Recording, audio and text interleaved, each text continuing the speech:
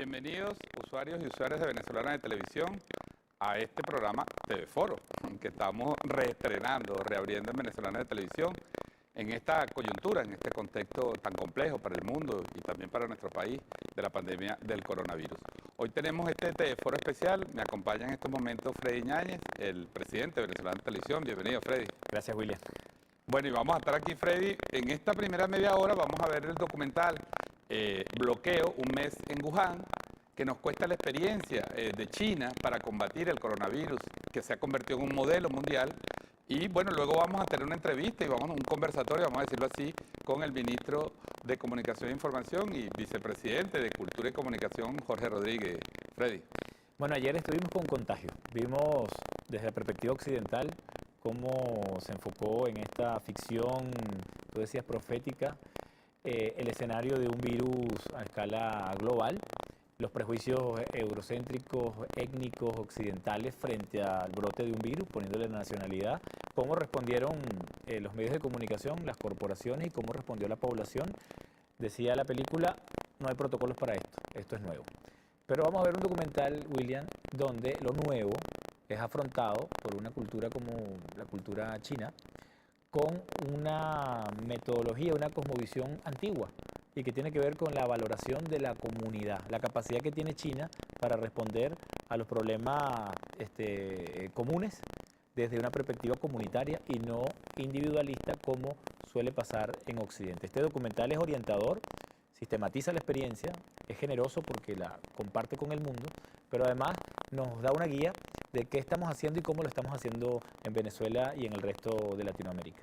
Sin duda, así que este documental, que fue pasado algunos días en Venezolana Televisión, se está difundiendo gratuitamente por el mundo, es producida por la televisión china, y nos da eso, nos da una visión desde adentro, cómo se generó lo que decíamos es hoy un modelo para atender esta crisis. Uno de los países que ha asumido este modelo es sin duda la República Bolivariana de Venezuela. Así que vamos a ver Bloqueo, un mes en Wuhan, durante la próxima media hora, y luego aquí no se pierda una entrevista exclusiva, un conversatorio con el ministro Jorge Rodríguez. Adelante.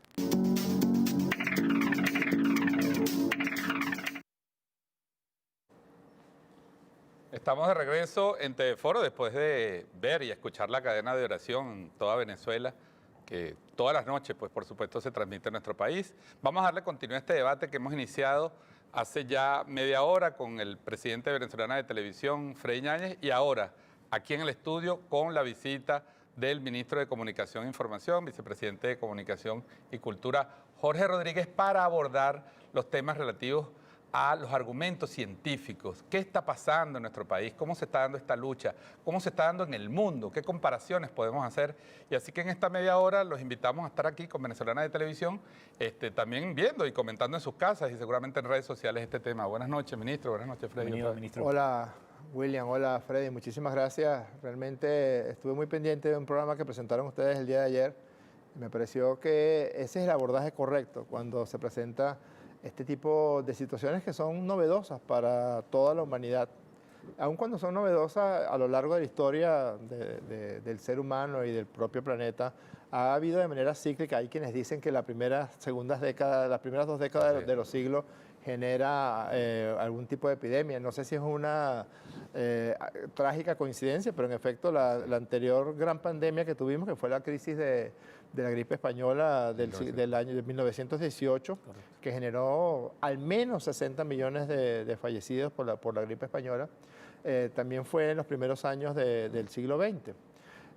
Y en este tipo de aparición, de explosión de grandes tragedias como la que vive el planeta en estos momentos, lo más importante es mantener informada a la población, mantener con claridad los conceptos que se están manejando. Hoy presentaron ustedes un documental muy importante que fue la lucha de la ciudad de Wuhan, la lucha del pueblo chino, del gobierno de la República Popular China. El presidente Xi Jinping se puso a la cabeza de ese combate, que además implicó la condición de pionero frente a la aparición de lo que en principio fue algunos brotes de neumonía que estaban apareciendo, neumonías atípicas, como le llamamos los médicos a ese tipo de neumonía, y luego empieza a multiplicarse el número de casos, empieza a aparecer de manera mayor, y realmente no se sabía mucho qué hacer, no se tenía mucha mucha información, como no fuera las anteriores situaciones de epidemia que habían tenido con virus parecidos, como la anterior epidemia del SARS, que fue en el año 2003, si mal no me equivoco.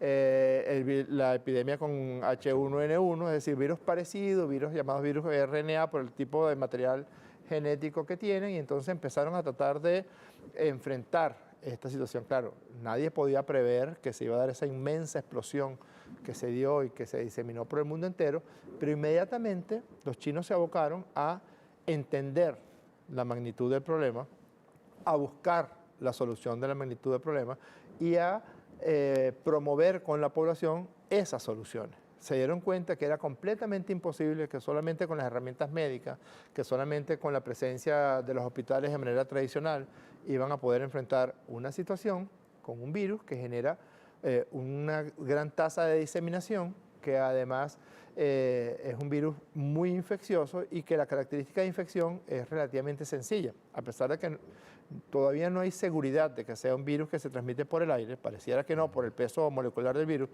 Para los pesos de los virus, un virus relativamente grande.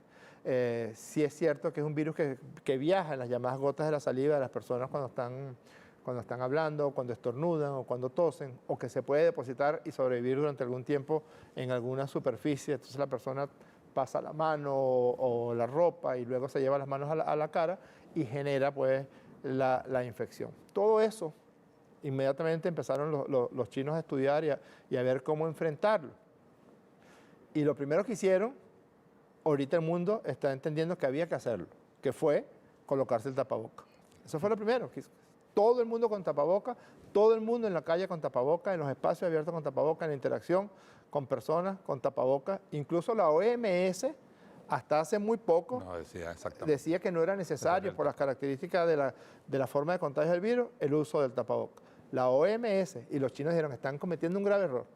Digamos, el que es el responsable del Centro de Enfermedades Infecciosas de toda la República Popular China le recomendaba a los españoles, le recomendaba a los europeos que debía usarse tapabocas, porque no se tenía claridad en cuanto a la diseminación del virus, pero lo que sí se tenía claro es que si una persona tiene un tapabocas y otra persona que está infectado tose o estornuda o hace que vuelen esas goticas de saliva, pues la otra persona está debidamente protegida. Eso fue lo primero. Por el paciente asintomático, que también... Eso es otra cosa muy importante. El 60% al menos, el 60% de los pacientes o está asintomático o está con síntomas muy leves o síntomas muy inespecíficos.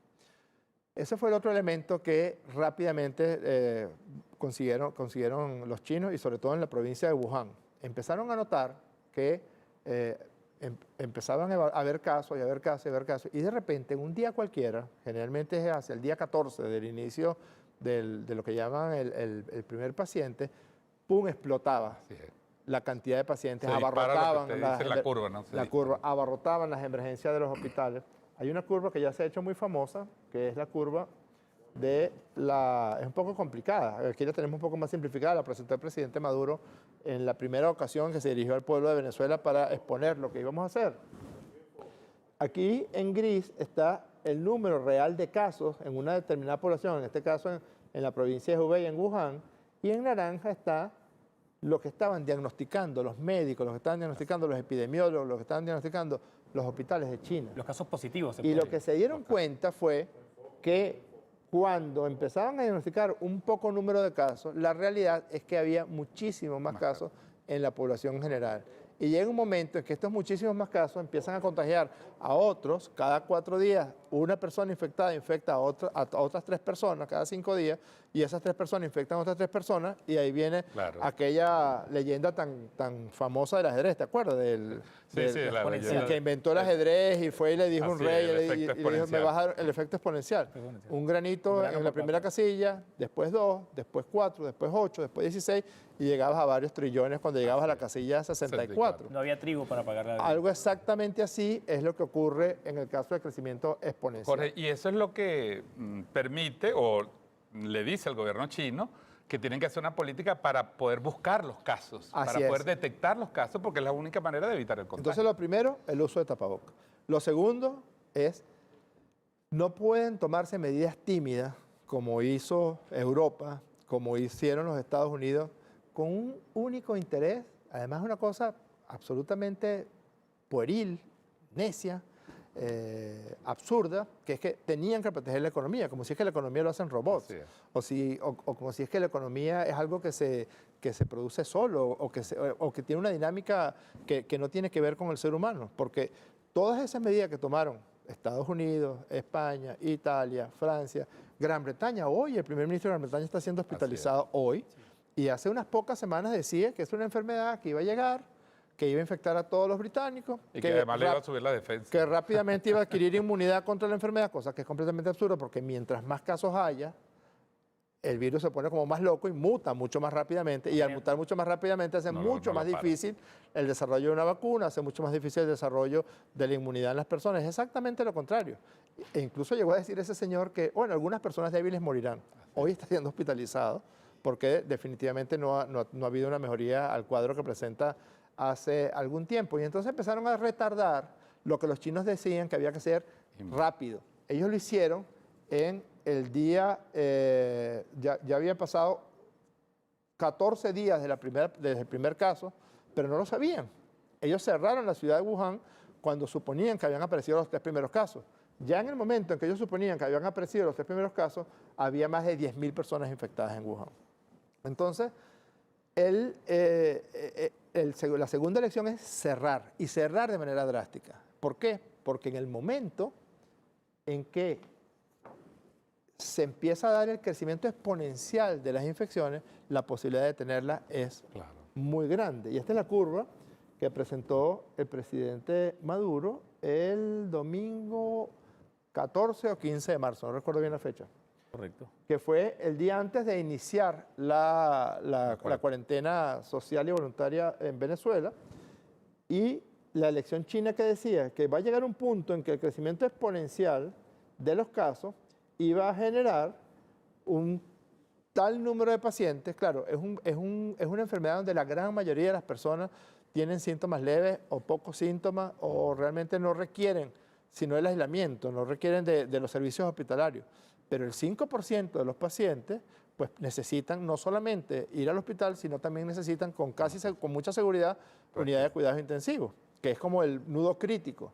Y resulta que poco tiempo después de que inicia el crecimiento exponencial, si esto fuera la capacidad de un determinado país de atención hospitalaria, lo sobrepasa. Y además de eso, es como una bola de nieve que va creciendo, porque si colapsas un hospital, no atienden a los que tienen infarto, no atienden a las personas que hay que operar, no atienden a los que produce un colapso absoluto, ¿no? Del sistema de salud. Que es lo que estamos viendo en el hospital en el Parque Central ahora de Nueva York, que es lo que ocurrió en España, que es lo que ocurrió en Italia, que además hubo un desparpajo en esos días, ya había casos, entonces hacían juegos de fútbol con 60.000 personas, hubo un juego en Inglaterra, ya estaba creciendo exponencialmente el número de casos. En Italia, en España y en Gran Bretaña seguramente también. Lo que pasa es que no lo estaban buscando, no lo estaban diagnosticando. Trump dijo que eso era una gripecita, que eso no iba a producir ningún tipo de consecuencia. Estados Unidos tardó 43 días en intervenir de alguna manera, y todavía no hay una intervención que los mismos gobernadores, el gobernador de Nueva York tenía varias semanas exigiendo que se hiciera un cierre completo. Y esa es la razón por la cual esta es la curva exponencial de los Estados Unidos de Norteamérica. Y es una curva que crece casi verticalmente. Sí, casi de 90 grados ya. Porque se tardó mucho, se tardó demasiado en tomar algún tipo de intervención. Se confió igual que era una pequeña gripe, que cuando llegara el calor, dijo Trump. Todas estas son palabras textuales de Donald Trump, que cuando llegara el calor iba a desaparecer el virus, y fue exactamente lo contrario. Ahorita el epicentro del planeta, el epicentro de la pandemia, es Estados Unidos de Norteamérica. Y el epicentro del epicentro es Nueva York. Pero vienen nuevos epicentros, no están diciendo nada. Pero, por ejemplo, en este momento, Miami tiene el doble de pacientes por 100.000 habitantes de lo que tiene Nueva York. Es decir, que probablemente la situación en Miami vaya a ser, claro, es mucho más pequeño, tiene 470.000, 480.000 habitantes, el condado de Miami-Dade, pero tiene el doble de pacientes. Y vimos las imágenes de las playas de Miami abiertas cuando había una pandemia mundial. Y cuando ya Estados Unidos era el epicentro de la pandemia. Ya había llegado. Que contrastan con el cementerio que están ampliando en la Florida, porque ya prevén los muertos. O sea, prevén que el sistema de salud se va a colapsar. Entonces, ¿qué hizo Venezuela? Y esa es la razón, claro, siempre dentro de esta estrategia de agresión multifactorial contra Venezuela, la agresión de los medios de comunicación, una vez se ve buscando los trabajos científicos o las páginas de contadores. Entonces hacen todo lo posible por tratar de desdeñar o de minimizar lo que viene haciendo Venezuela. De hecho, a veces uno ve unas actitudes tan miserables como que hay gente que dice, no, Venezuela no tiene tan pocos casos, lo que pasa es que hacen pocas pruebas. Pocas pruebas. Ese fue el primer argumento que tuvieron manejando. ¿Se puede mentir, ministro, con las cifras? Es imposible, por lo que decíamos del colapso del sistema hospitalario. Claro que hay gobiernos y países que quisieran mentir. Claro que cuando Trump decía que era una simple gripe, probablemente él ya había sido informado de las graves consecuencias que iba a tener la pandemia para la población norteamericana. Pero quizás también tenía que responder a otros intereses que le dijeron retarda eso lo más que pueda. Lo mismo que ocurrió, por ejemplo, con Guayaquil, con Ecuador. Uno ve a un señor que se dice presidente de Ecuador, que apareció, pero obligado además por la opinión pública de su país e incluso por la opinión pública internacional, que aparece cuando ya estaban cayendo las personas muertas en la calle. En las calles, cuando estaban siendo incineradas en las mismas calles, cuando se había no solamente colapsado todo el sistema hospitalario de Guayaquil, sino el sistema de enterramiento, el sistema de cremación, el sistema de... se agotaron las bolsas de cadáveres, se agotaron las urnas. Es una cosa verdaderamente dantesca. Aves de carroña sobrevolando el cielo de Guayaquil, es una cosa realmente infernal. Es imposible, porque los sistemas hospitalarios no solamente colapsan, sino que rápidamente se ve, por ahí hay una animación donde se ve que cuando empiezan a crecer de manera... Veamos ese contador, porque es importante verlo de la cuarentena, porque Venezuela fueron los primeros países en tomar medidas radicales. El presidente Nicolás Maduro se puso el tapaboca él mismo, convocó a la cuarentena solidaria y mucha gente lo llamó exagerado, pero podemos explicar un poco la cuarentena. Sí, aquí está la animación. Vamos a ponerla desde el principio para que veamos, para que podamos explicarla. Desde el principio, por favor. Mira, aquí vemos esto, ¿ves? Ponlo desde el principio de nuevo, por favor. Desde el principio, por favor. Ajá. Esto es justamente lo que se hizo en Venezuela. En Venezuela se intervino desde el mismo primer día de que aparecieron los primeros casos. Ajá. ¿Cuál es el objeto? El objeto es tratar de separar a las personas, tener una distancia crítica que impida la diseminación de la infección y que empiece a aparecer de manera exponencial. El día 14 es un día crucial porque el día 14, si hay cuarentena, empieza a disminuir de manera dramática el número de casos. Pero si resulta que tú tiraste la cuarentena, miren aquí, día 14, aquí es crucial porque aquí empieza a aumentar de manera exponencial, pero si aplicaste la cuarentena, entonces el número de casos se va a mantener con lo que hemos llamado la curva aplanada, que es lo que está ocurriendo en este momento en Venezuela. Se ha logrado que la curva se mantenga de algún modo aplanada por todas las acciones que se están tomando y la principal de ellas es la cuarentena. ¿Qué pasa a partir del día 14 cuando no hay cuarentena? Lo que pasó en Estados Unidos, en Brasil, en Ecuador, en España, en Italia. Adelante. Empieza a haber un crecimiento exponencial tremendo del número de casos. Y nos dicen, justamente ahora que estamos hablando de las medidas que tomó el presidente Nicolás Maduro y que todo el pueblo de Venezuela ha venido siguiéndolo, que el presidente Maduro estaba haciendo una llamada telefónica aquí al programa y antes de que darle la palabra al presidente Maduro le quería mostrar una cosa que hicieron algunos caricaturistas nuestros de lo que resume realmente lo que se ha hecho. Aquí está la curva de Venezuela, presidente, aquí están las curvas exponenciales de Italia, de España, de Estados Unidos, de Brasil y de Colombia, y aquí está usted, el pueblo, y sosteniendo un médico tratando de aplanar la curva de diseminación por coronavirus, por COVID-19. Adelante, presidente Maduro. Bienvenido, presidente.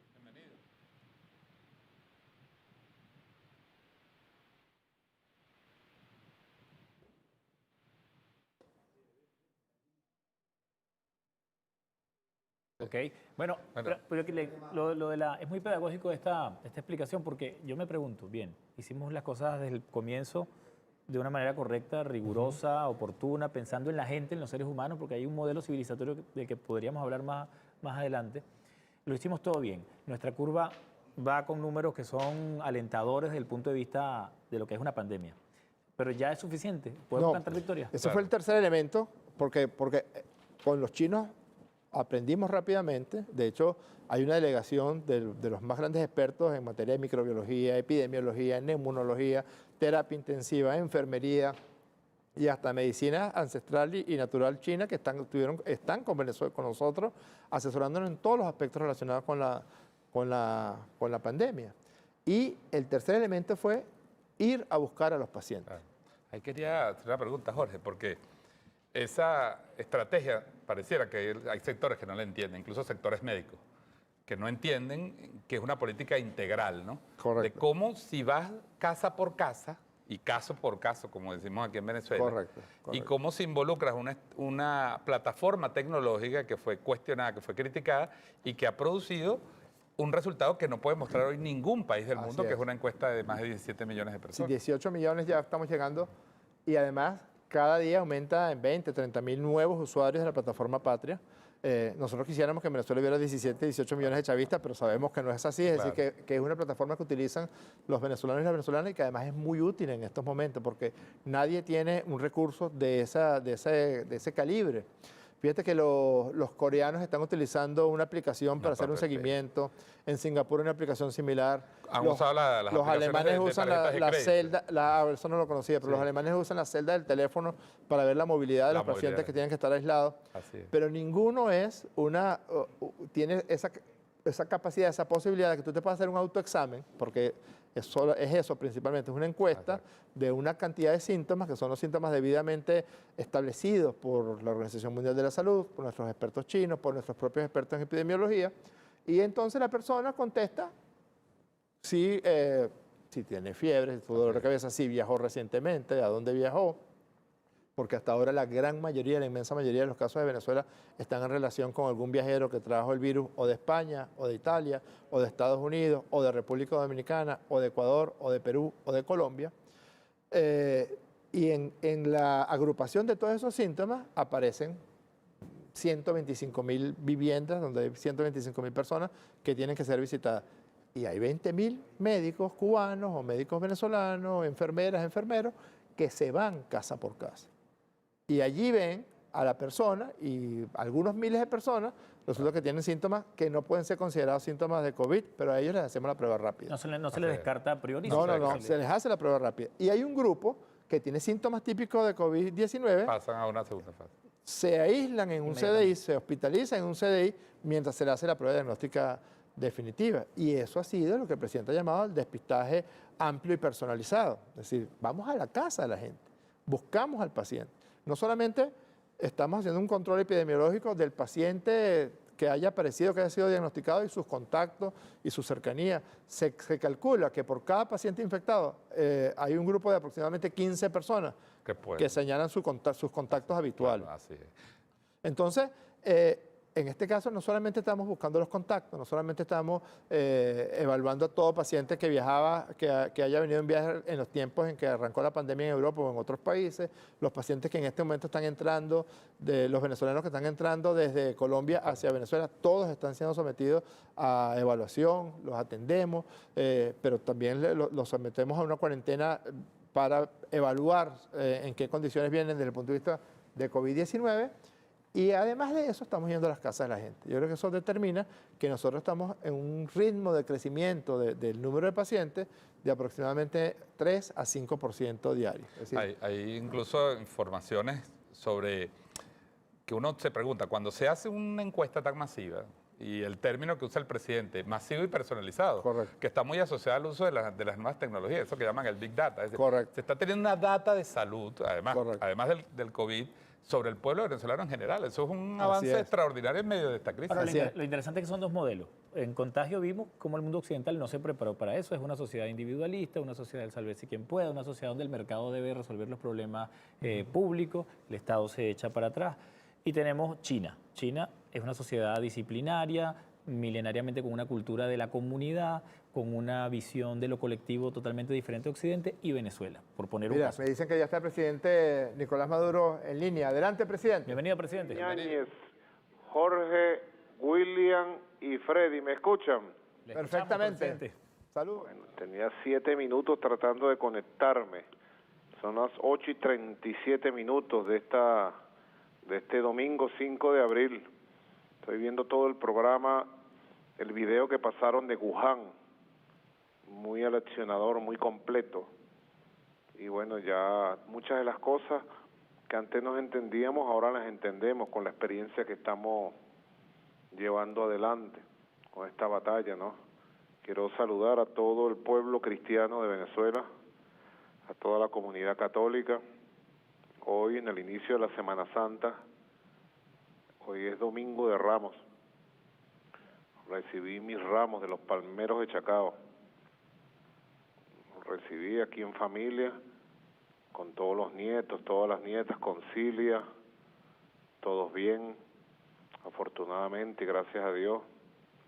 Y bueno, he tenido conversaciones con varios curas, con varios pastores hoy, porque es un día muy especial, Domingo de Ramos, ¿no? El día que llega nuestro Señor Jesús a Jerusalén, llega a las fiestas, a las Pascuas judías. El pueblo judío conmemoraba la salvación de las 12 tribus que salieron con Moisés al frente, huyendo de la opresión del faraón, liberándose de la opresión del faraón de Egipto. Y las Pascuas judías todos los años conmemoraban y conmemoran eso todavía. En esas Pascuas llega ese domingo y es recibido con ramas, es recibido por los pueblos de los barrios de Petare, de Catia, del Valle. Salen los pueblos de los barrios, los olvidados, los excluidos, los explotados, el pueblo judío explotado. Sale a ver a su Mesías y a recibirlo.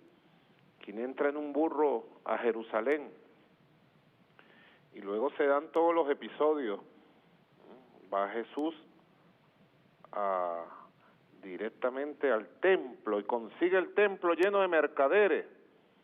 Y es cuando Jesús saca su látigo, ¿no? Y saca latigazo limpio a los mercaderes del templo.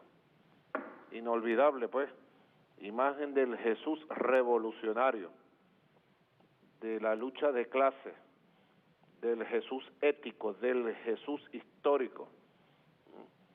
Bueno, luego viene la traición, Judas, viene el jueves cuando está orando en el monte, en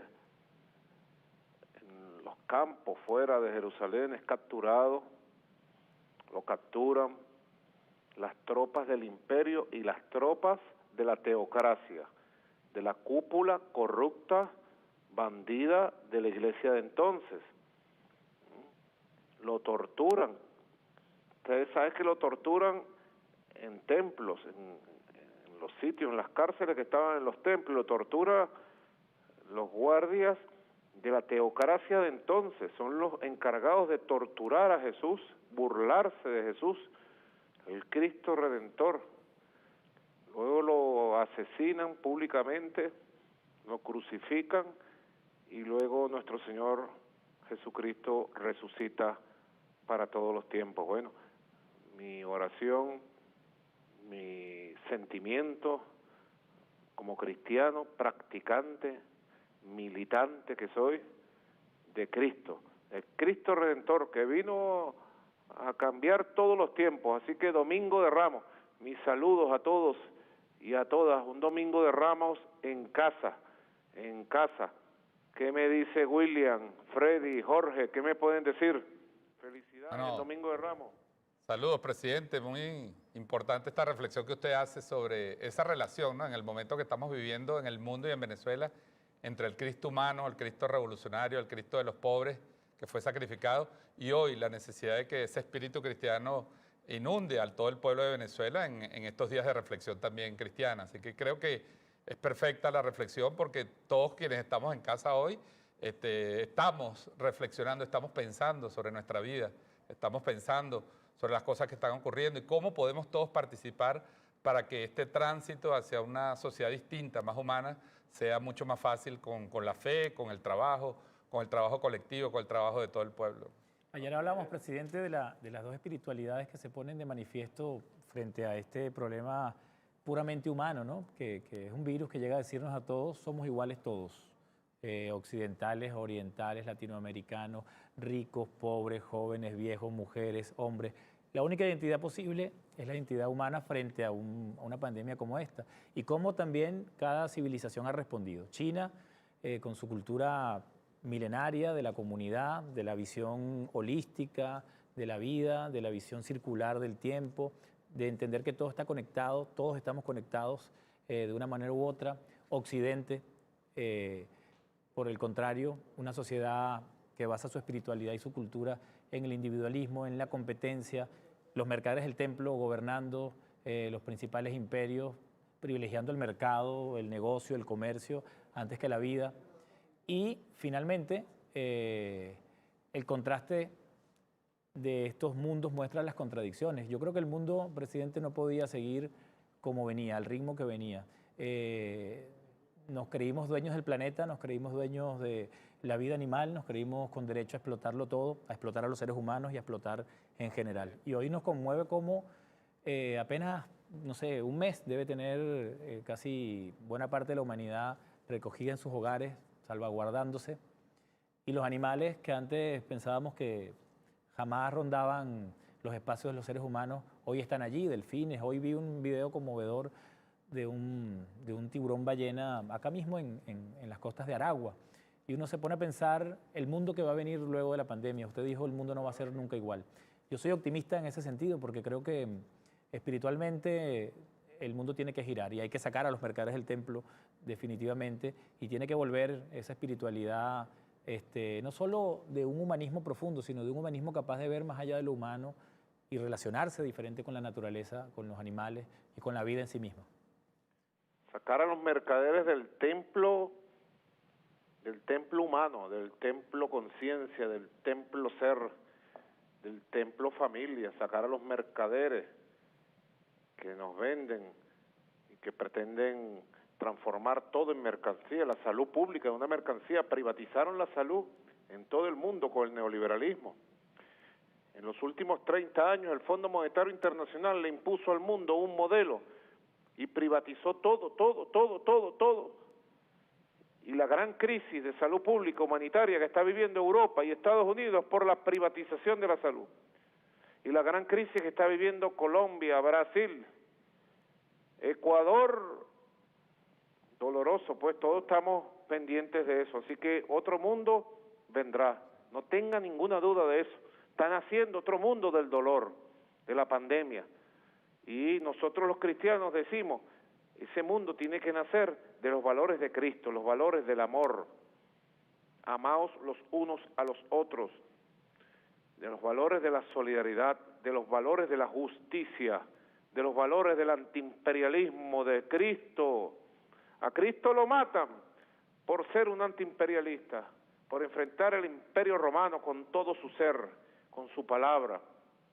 Lo matan por ser un antioligárquico, por eso matan a Jesús, porque enfrentaba a las oligarquías de entonces que se enriquecían y robaban a los pueblos, despreciaban a los pueblos.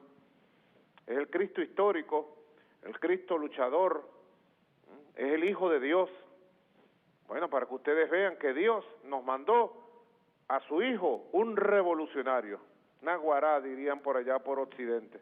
¿Ah? Naguará, el Hijo de Dios, el que nos mandó, el Padre, el Creador, un revolucionario que vino a revolucionar su tiempo y todos los tiempos. Tengo aquí un trabajo, un libro, se lo recomiendo a Freddy, que se la pasa recomendando libros, el poeta Freddy, a William, a todos, a Jorge también es un buen lector, para que lo lean, lo pueden bajar.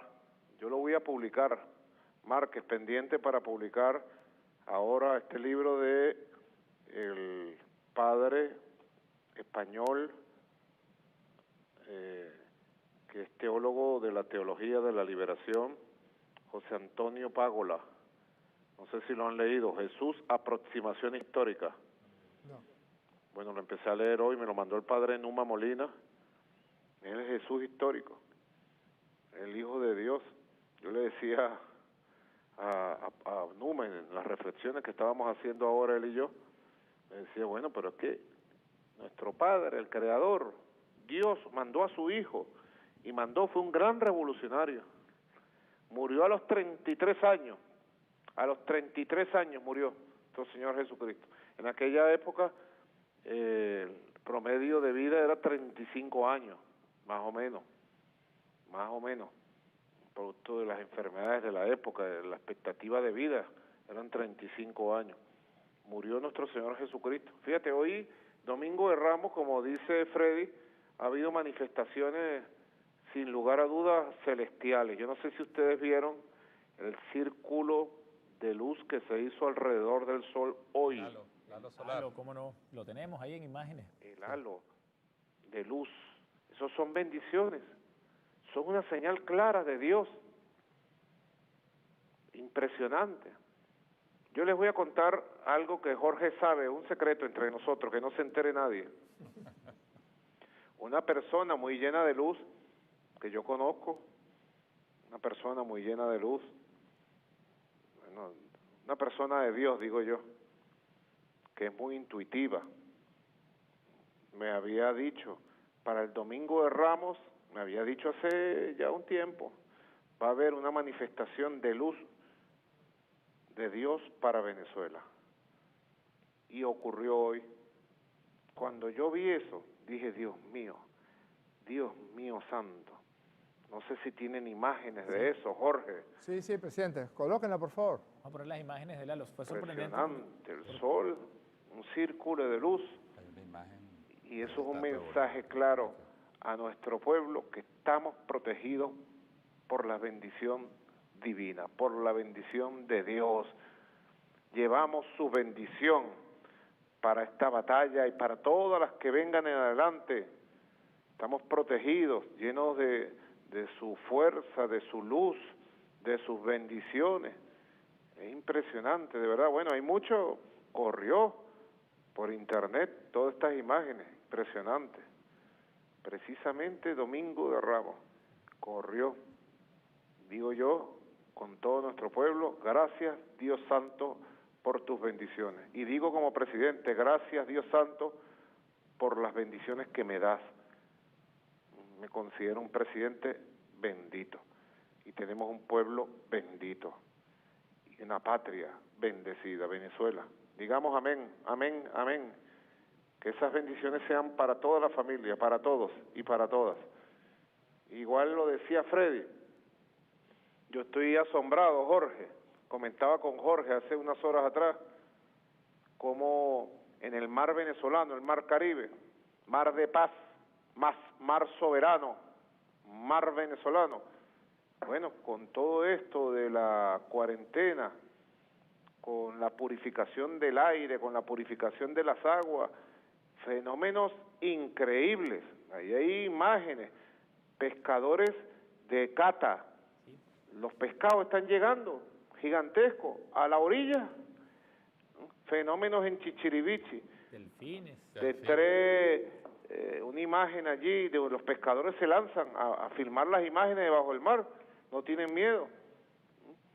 En Chichirivichi, de tiburones ballenas, en la costa de Sucre, en Mochima, esos delfines bellísimos.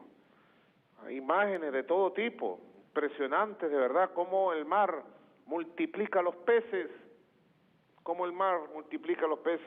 y cómo los informes del cambio climático dicen que ha habido una recuperación, en medio de esta pandemia, una recuperación global de la situación climática del mundo. ¿Qué les parece?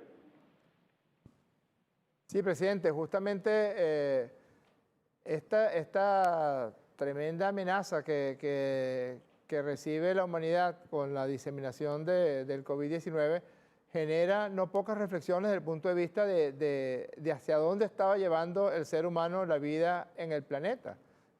Curiosamente, es la especie humana la única especie de todas las que existen en nuestro planeta que amenaza la vida en su propio hábitat, en su propio ecosistema que es el planeta Tierra.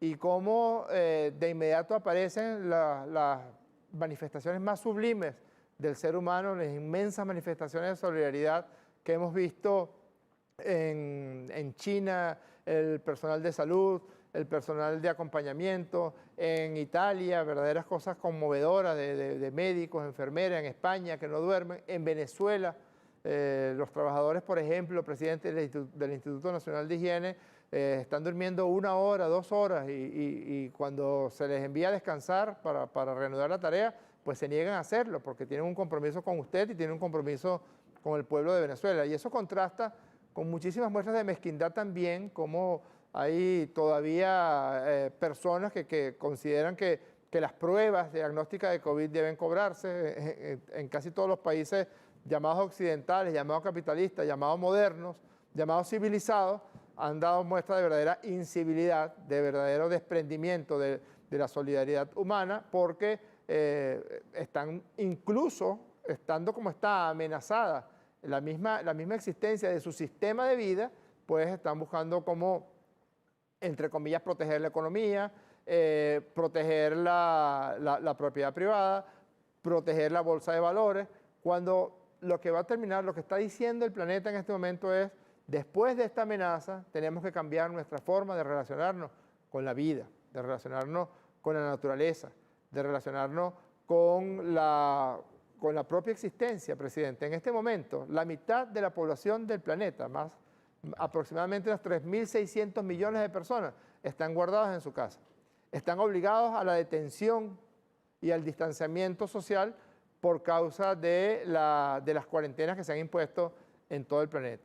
Y justamente por esa cuarentena, porque el ser humano se guardó, o porque la mitad de los humanos se guardaron, entonces aparecen los delfines, aparecen los peces, aparecen los pájaros en los jardines, aparecen los venados. En la parroquia del Paraíso apareció un venado caminando por la avenida Páez, me dijeron, y uno termina diciéndose cuál es la lección que está recibiendo el ser humano.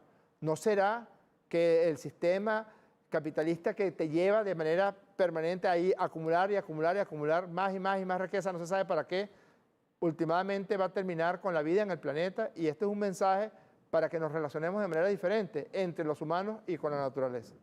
Bueno, tenemos que relacionarnos de manera diferente. Hay muchas imágenes que enriquecen todo esto que decimos. Jesús, aproximación histórica. Recomiendo este libro, lo pueden buscar, José Antonio Págola. Pueden buscar ahorita mismo, lo voy a reproducir en mis redes sociales. Jesús, aproximación histórica, lo pueden leer, es de fácil lectura y bueno, de una interpretación muy hermosa del Cristo Redentor, del Cristo Liberador, del Cristo humano, del Cristo Hijo de Dios que vino a salvarnos y a señalarnos el tiempo histórico. Bueno, también quiero, fíjate, hoy la vicepresidenta ejecutiva, Delcy Rodríguez, en la tarde dirigió la comisión presidencial y dio la rueda de prensa diaria dando los datos. Hoy llegamos a 159 casos, 4 casos nuevos, 159 casos confirmados, 4 casos nuevos. Me preocupa de los casos nuevos y ya sabe la comisión presidencial porque se lo transmití de manera inmediata. Me preocupa y así lo digo, me preocupa la transmisión comunitaria. Yo le dije a la vicepresidenta, le dije a los médicos, a todo el Instituto de Higiene, a los expertos, a los científicos, me preocupa, estoy preocupado, porque son 4 casos comunitarios profundos. Si no es así, me lo dice Jorge, pero ya sabe que tenemos diferencias de criterio. 4 casos profundos. Un caso de un hombre de 29 años, natural de Mérida, pero está residenciado en Antolín del Campo, no Esparta. Es de oficio artesano, no tiene antecedentes de viaje. Habita en un área cercano al Hotel Sunsul, donde estuvo el primer positivo. Inicia síntomas el 24 de marzo y es ingresado el 31 de marzo al Hospital Luis Ortega, allá en Por la Mar, a 4 de mayo, porque tenía fiebre, escalofríos, dolores articulares, musculares, dificultad para respirar y tos. Dio positivo precisamente en el reporte de hoy. Nosotros estos casos los llamamos comunitarios. Me preocupa. Y a las autoridades, a todos los médicos, a Barrio Adentro, atención Barrio Adentro, atención Ministerio de Salud, atención equipos de la Unión Cívico-Militar Policial. Tenemos que ir a fondo en estos casos que están surgiendo, a ver su relacionamiento familiar, porque están surgiendo casos comunitarios como este. También un hombre en el estado Sucre, segundo caso del estado Sucre, trabajador social del Consejo de Protección de la Alcaldía del municipio Cruz Salmerón Acosta. Él refiere contacto con personas procedentes de Brasil. Empezó a presentar algunos síntomas de fiebre y malestar general el 20 de marzo. Acude a consulta en el CDI, en el Centro de Diagnóstico Integral de Araya, esa bella población del oriente del país, donde se evalúa y al final da positivo en el examen que hemos informado hoy. Está asintomática. El tercer caso de hoy, una mujer de 66 años de Baruta. Baruta, una compatriota, una ciudadana de Baruta, 66 años, aquí en el estado Miranda. Una persona bastante saludable, gracias a Dios. Está ingresada en el CDI de Santa Cruz del Este. Mi saludo desde aquí. Está asintomática, pero fue transmisión comunitaria profunda, Jorge. Escucha bien. Y el cuarto caso, un hombre de 31 años de Baruta, comerciante, no tiene antecedentes de viaje. Inició los síntomas el 25 de marzo, fiebre, tos seca, pérdida del gusto y del apetito. Estaba en aislamiento domiciliario y está ahora en una clínica privada, la clínica Loira. Tiene síntomas leves y bueno, estamos en investigación también para ver qué otros contactos. Esto me preocupa y lo digo a nuestro pueblo. Me preocupa estas transmisiones comunitarias y le pido a la Comisión Presidencial que vayamos más a fondo a investigar, a buscar y ampliar el número de pruebas diagnósticas personalizadas. A partir de esta semana que arranca mañana, lunes 6 de abril, tenemos que ir a un despistaje más a fondo, más a profundidad. ¿Qué puede decir, Jorge, un comentario contundente sobre este tema?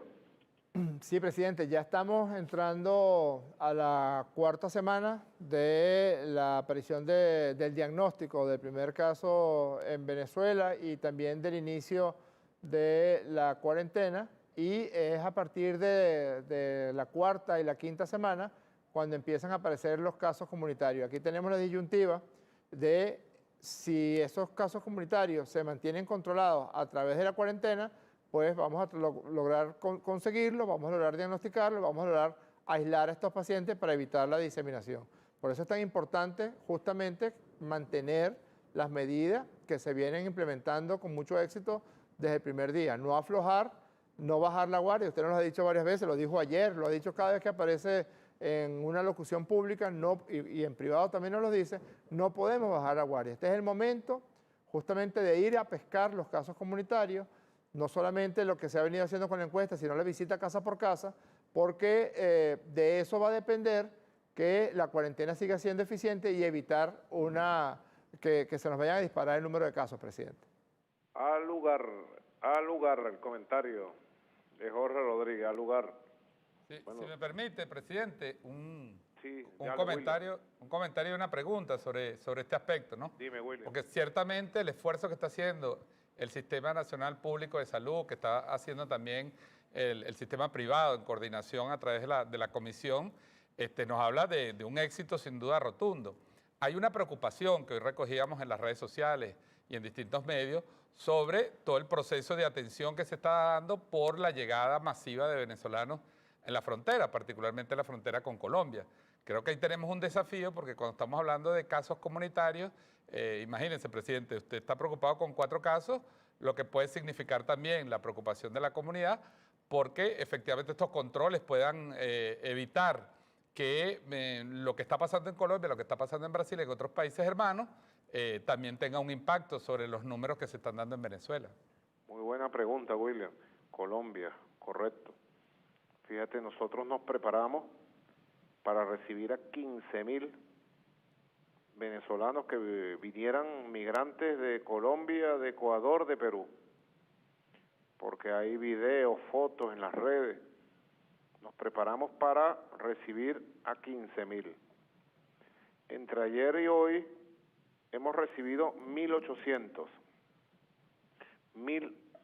Ya va, déjame revisar bien el número para confirmarlo. Aquí lo tengo. Aquí lo tengo, precisamente. Yo mandé para allá a Freddy Bernal, mandé al jefe del movimiento Somos Venezuela, compañero Mervin Maldonado, y me están reportando en tiempo real desde el Táchira. Desde el Táchira, aquí tengo el dato. Si la vicepresidenta me está copiando, por favor, chequéame el dato. Ayer sábado llegaron 1.202 compatriotas desde Colombia. Hoy han llegado 450, fíjate. Sí, ese es el número, presidente. 1.652 en total. 1.652, correcto. Doy el número, corrijo el número anterior. 1.652 compatriotas.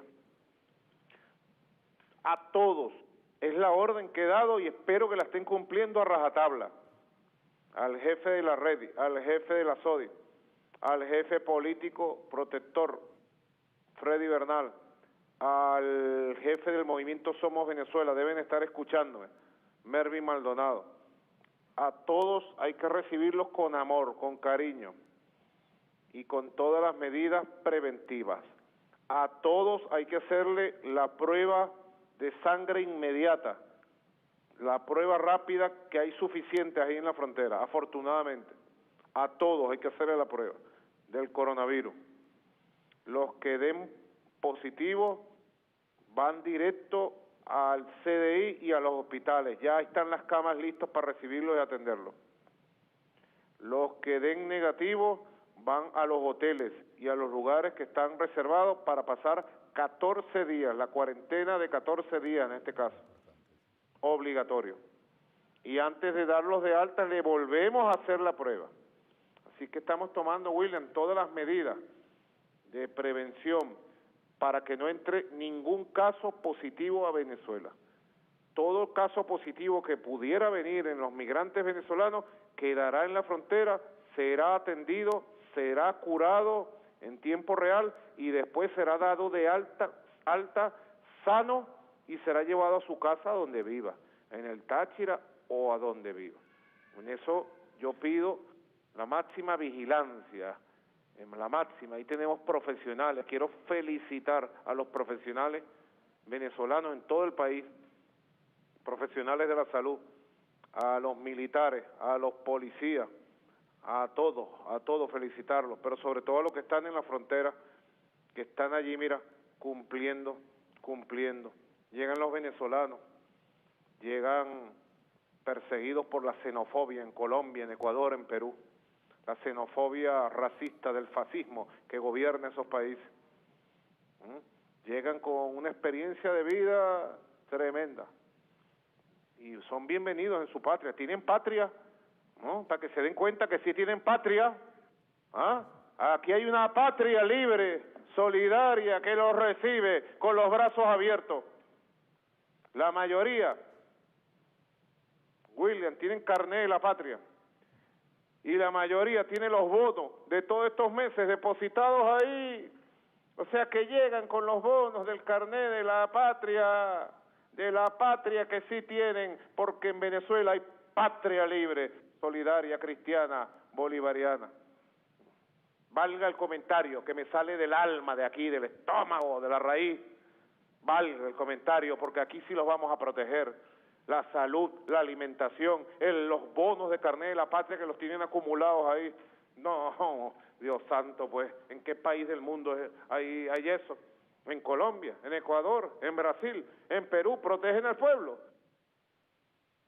El capitalismo salvaje que engañó a muchos venezolanos, que producto del bloqueo, las sanciones y la guerra económica, creyeron que la solución estaba en el exterior.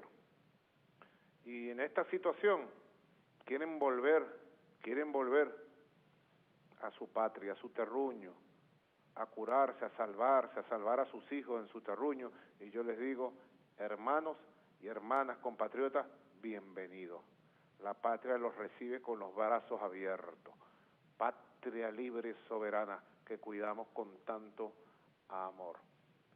Bueno, otra pregunta que ustedes tengan por ahí. Presidente, le agradezco en nombre de la frontera. Yo vengo del Táchira. Habla duro, Freddy, no se te escucha. A ver, ¿me escucha? Habla duro. Ajá, ¿me escucha? Ahora sí. Le agradecía, pues, en nombre de los habitantes del Táchira. Yo soy de la frontera del Táchira.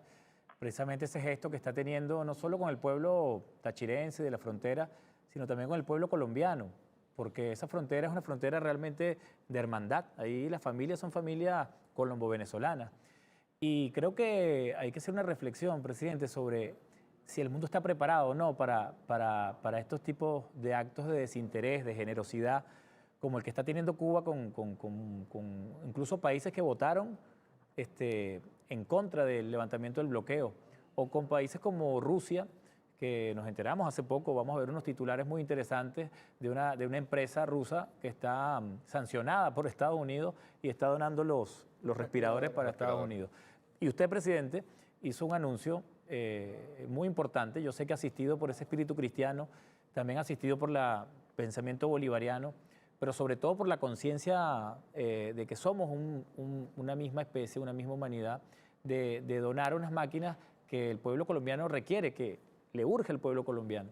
Y nos sorprendió que de pronto el titular que estremeció el mundo es: Iván Duque rechaza este ofrecimiento. El mundo no está preparado para la generosidad. El mundo occidental, el mundo capitalista no reconoce, me dice un amigo escritor colombiano, que lo que pasaba es que en Colombia no se entiende que haya un gesto de desprendimiento, que haya un gesto precisamente de gran bondad y de generosidad. No, yo creo que en este caso Iván Duque ha cometido un error. Creo que Iván Duque no tiene derecho a rechazar 2 máquinas de la mayor tecnología del mundo, que le van a aportar al pueblo de Colombia salud. ¿Cuántas vidas salvarían estas máquinas en Colombia si Iván Duque las recibe?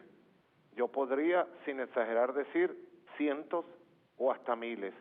Estas máquinas van a salvar vidas en Colombia. Iván Duque prefiere la muerte, prefiere el odio que le tiene a Venezuela. Iván Duque odia a Venezuela, odia la revolución bolivariana, me odia a mí y tiene planes para matarme, grupos para matarme, los tiene por ahí infiltrados.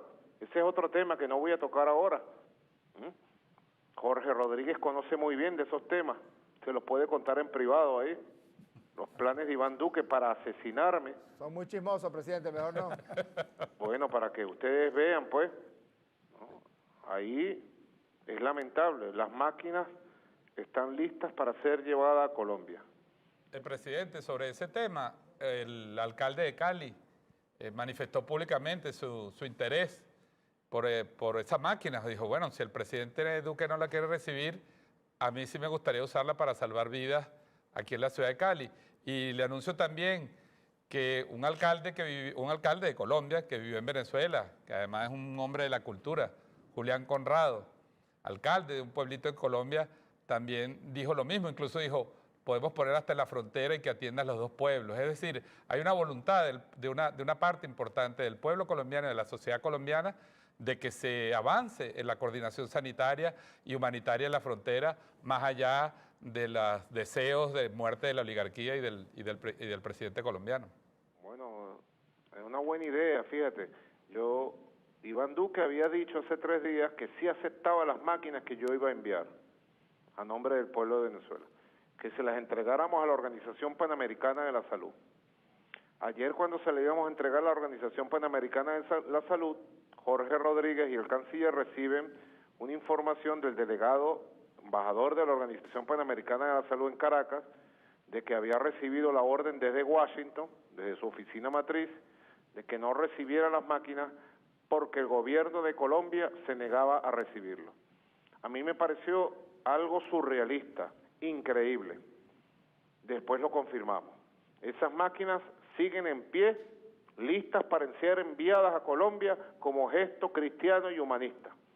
Ahora, que haya opciones diferentes, no las he evaluado. Yo le pido a la Comisión Presidencial que les evalúe. Si ponemos las dos máquinas en la frontera, coordinado con los gobernadores de la frontera, con las autoridades sanitarias de salud de la frontera, pudiera ser, pero estas máquinas están para salvar vidas en Colombia y depende de Iván Duque si las recibe o no. Presidente, es muy lamentable, ¿verdad? Presidente, un comentario. Justamente usted se preguntaba, ¿cuántas vidas pueden salvar estas máquinas? Primero, son unas máquinas de una altísima calidad tecnológica. Las excusas que nos presentaron los representantes del gobierno de Colombia son excusas fútiles, pueriles. Señalaron que no tenían los reactivos necesarios, que eran unas máquinas muy complejas, cuando realmente es obvio que son unas máquinas que utilizan reactivos de carácter genérico. Es sencillamente una excusa pueril para no recibir esas máquinas. Pero además, justamente, el principio que se derivó de las enseñanzas de Wuhan y que la tomó la Organización Mundial de la Salud y que es el segundo precepto de los 4 principios que estamos manejando, que usted estableció aquí en Venezuela, recuerda, cuarentena, el segundo, el despistaje amplio y personalizado, luego el arsenal terapéutico y luego la capacidad instalada en nuestros hospitales y en nuestros centros de aislamiento, pues el segundo es crucial. El director de la Organización Mundial de la Salud decía, haz pruebas, haz pruebas, haz pruebas. Usted dice, busquemos a los casos casa por casa. Fíjese que hoy aparecen 4 casos comunitarios e inmediatamente usted prende las alarmas por 4 casos que se están presentando.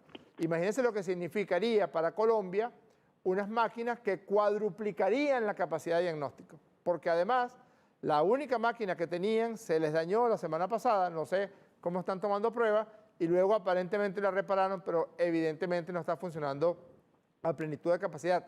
Es decir, hay un tremendo subregistro en los actuales momentos de casos en Colombia. Si eso es así, hubiera sido providencial, hubiera sido de suma importancia que el gobierno de Iván Duque aceptara esas máquinas, porque además, por cada paciente que diagnostiquen, por cada un paciente que diagnostiquen y lo aíslen, pues son más de 20 pacientes, más de 20 personas que dejarían de infectarse, presidente.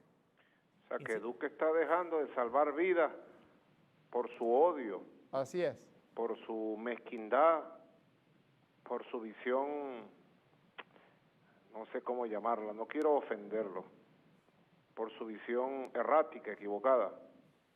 Ahí están las máquinas, están listas para ser llevadas a Bogotá, listas. Insisto en darle estas máquinas a Colombia para salvar vidas allá. Insisto, a nombre de todo el pueblo de Venezuela. Bueno, fíjate, también hoy lancé una carta al pueblo de los Estados Unidos. ¿Ustedes la vieron? Sí, presidente. Sí, por supuesto.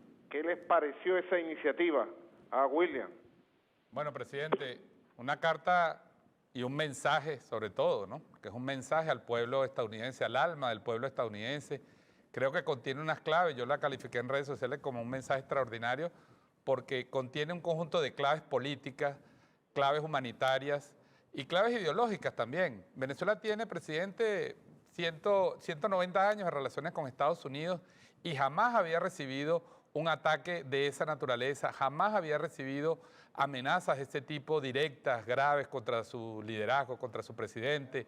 Pero creo que la carta contiene sobre todo un mensaje al alma buena del estadounidense que lo existe. Existen instituciones civiles, organizaciones de derechos civiles, de derechos humanos, luchadores políticos en Estados Unidos que han recibido esa carta con agrado, con satisfacción, pero sobre todo con un mensaje de paz y de respeto, que yo creo que es lo que contiene la carta. Así que creo que va a ser una carta, ya está siendo retuiteada, ya está siendo difundida. Hemos recibido en la Cancillería de muchas organizaciones políticas y organizaciones sociales en Estados Unidos, de personalidades en Estados Unidos, que están recibiendo hace unos días, también apenas a 24 horas, quizás un poco más, Oliver Stone, un cineasta que usted conoce, gran amigo del comandante Chávez, escribió un artículo también en la prensa norteamericana extraordinario, haciendo un llamado a la reflexión para evitar la agresión en Venezuela, para evitar una guerra por petróleo en Venezuela. Así que yo creo que es un mensaje muy pertinente en estos momentos, porque combina las dos cosas, combina los hechos políticos que están sucediendo con los hechos humanitarios. Creo que debemos unir todo eso en lo que llamamos la nueva conciencia que debe surgir en la humanidad. Correcto, correcto. Bueno, aprovecho para enviar un saludo a Freddy Bernal. Está con todo el equipo reunido en el 212 de la Guardia Nacional Bolivariana en San Antonio. Desde aquí, nuestro abrazo y nuestro aplauso a todo el equipo de la Unión Cívico Militar Policial, allá en la frontera. Bueno, aquí está la carta. La carta debe multiplicar los esfuerzos, Jorge, William, Freddy, los esfuerzos políticos, diplomáticos, sociales, mediáticos, comunicacionales. Que la carta tenga respuesta de miles de organizaciones de base, de miles de centros de base, de miles de líderes y lideresas de todos los Estados Unidos y el mundo, que le diga no a la guerra de Trump, no a la guerra por petróleo, no a la guerra de Estados Unidos contra Venezuela.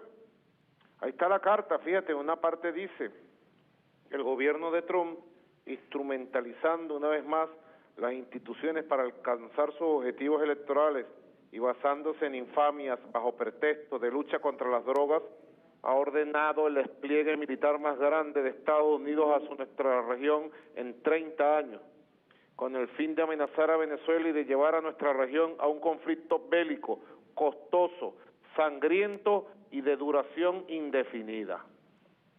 Ahí lo dice. Es claro que la administración Trump construye una cortina de humo para ocultar el improvisado y errático manejo de la pandemia en Estados Unidos. Desde un principio Donald Trump le restó importancia y la negó, tal como ha hecho con el cambio climático.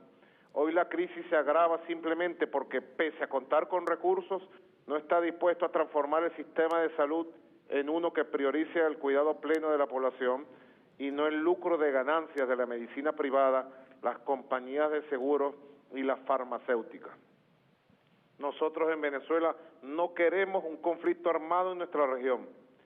Queremos relaciones fraternales, de cooperación, de intercambio y de respeto. No podemos aceptar amenazas bélicas, ni bloqueos, ni tampoco la intención de instalar un tutelaje internacional que viole nuestra soberanía y desconoce los avances del último año en el diálogo político y sincero con la oposición, que desean soluciones políticas y no guerras por petróleo. Al final decimos entonces, por todo lo anterior, hago un llamado al pueblo de los Estados Unidos para que ponga freno a esta locura, para que responsabilice a sus gobernantes y los obligue a enfocar su atención y sus recursos en la atención urgente de la pandemia.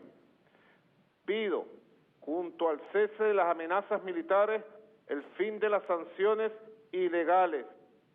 Les pido con el corazón en la mano que no permitan que su país se vea arrastrado una vez más a otro conflicto interminable, otro Vietnam u otro Irak, pero esta vez más cerca de casa.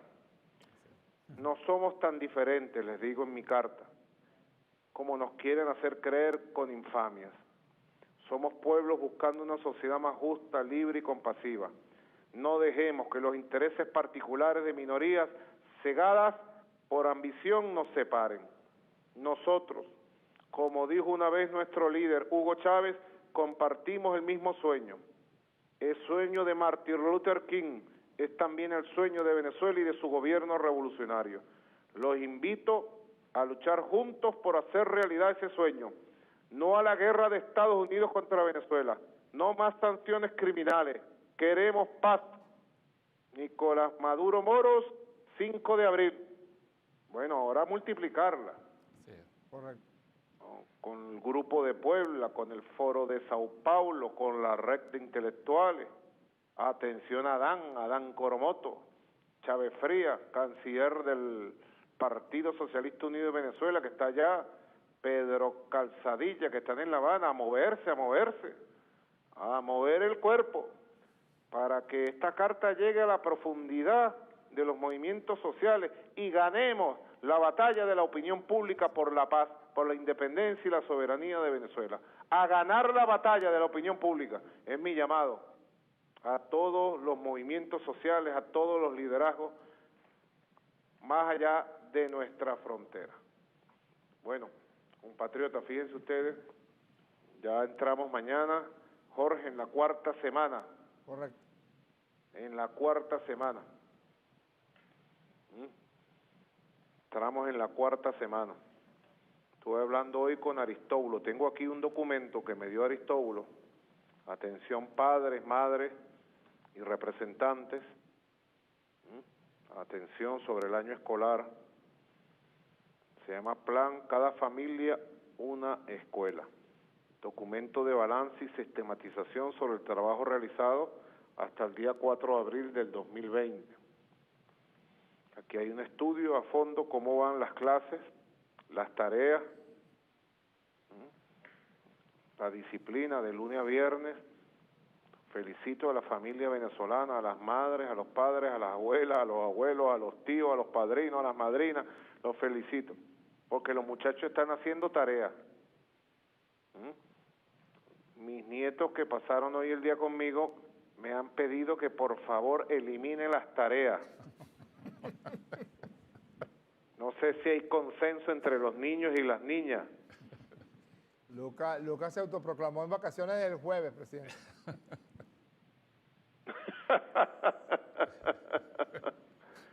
Mira, Jorge, te voy a mandar una foto que me manda una persona que tomaron de el círculo de luz para que tú la muestres ahí. Te la estoy enviando a tu teléfono. Dime si te llega. Vamos a ver, Jorge Rodríguez, aquí está.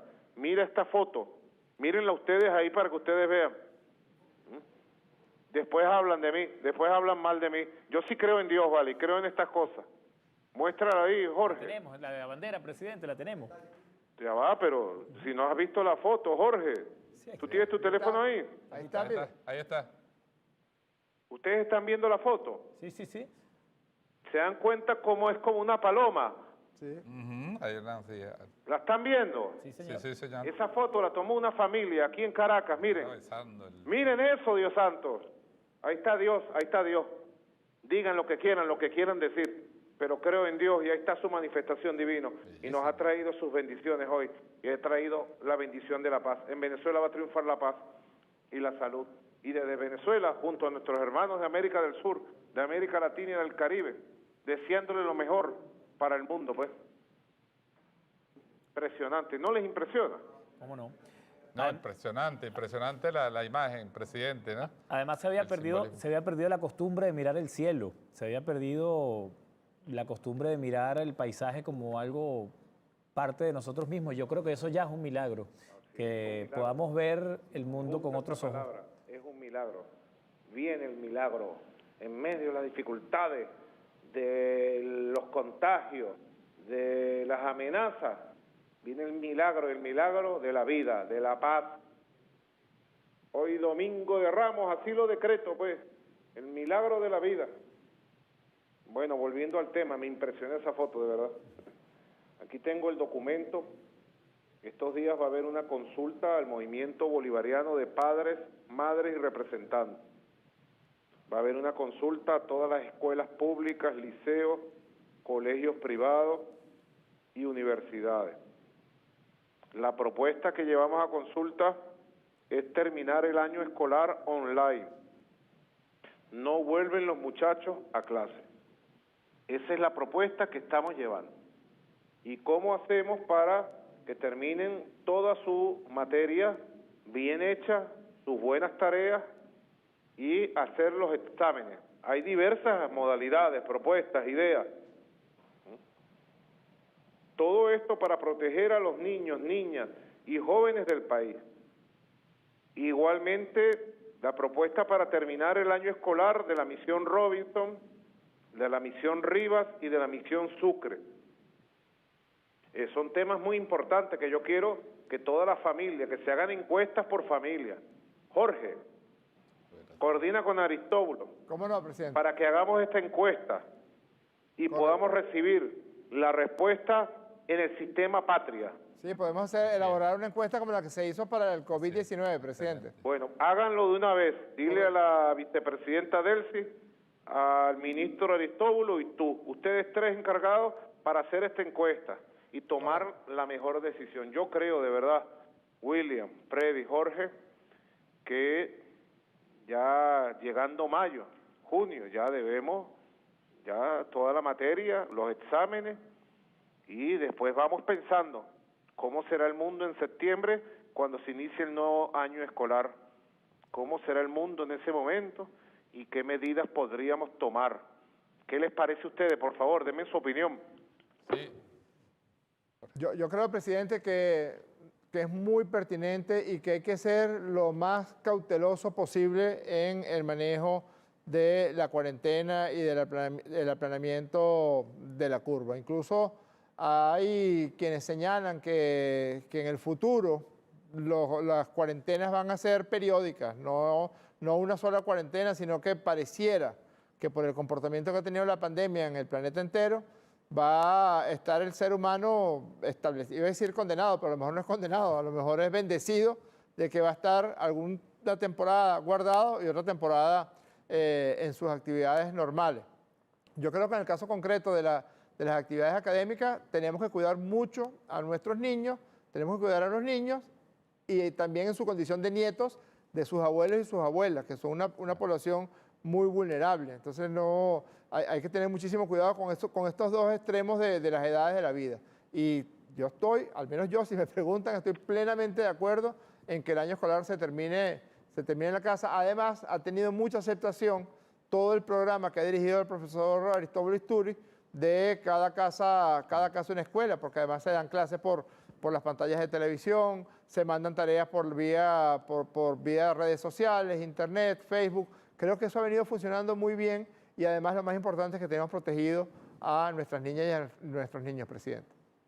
Sí, bueno, todas esas cosas. Mira todo lo que hay que pensar, William, Freddy. Sí. Presidente, yo quería agregar a este comentario bueno, como padre estoy absolutamente de acuerdo también, ¿no? Evidentemente creo que la protección de los niños, de nuestro personal docente, de nuestros maestros y maestras que están tratando con ellos todos los días, es fundamental.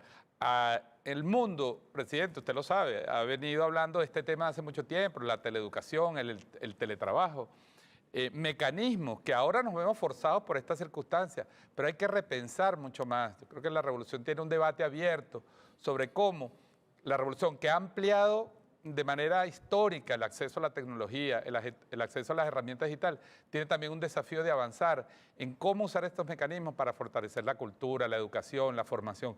Así que bueno, llegó por estas circunstancias, no importa, no vamos a pontificar más sobre eso. Estamos en una circunstancia que nos obliga a cambiar muchos modelos de trabajo, modelos de movilidad, modelos de educación, modelos de encuentro, de formación, y creo que tenemos la oportunidad, tenemos la infraestructura, tenemos el deseo de nuestro pueblo, la formación, la cultura digital de nuestro pueblo, que creo que estamos en condiciones para avanzar en ese plan. Y yo pienso, presidente, además que no nos agarra desprevenido esta pandemia en cuanto a el cambio cultural que ya había dado la revolución sobre qué es un saber, qué es un conocimiento. En los hogares, nuestras casas, nuestras comunidades son naturalmente escuelas. Allí es donde los niños y las niñas aprenden valores y aprenden el mundo real y concreto, a desarrollarse en ese mundo.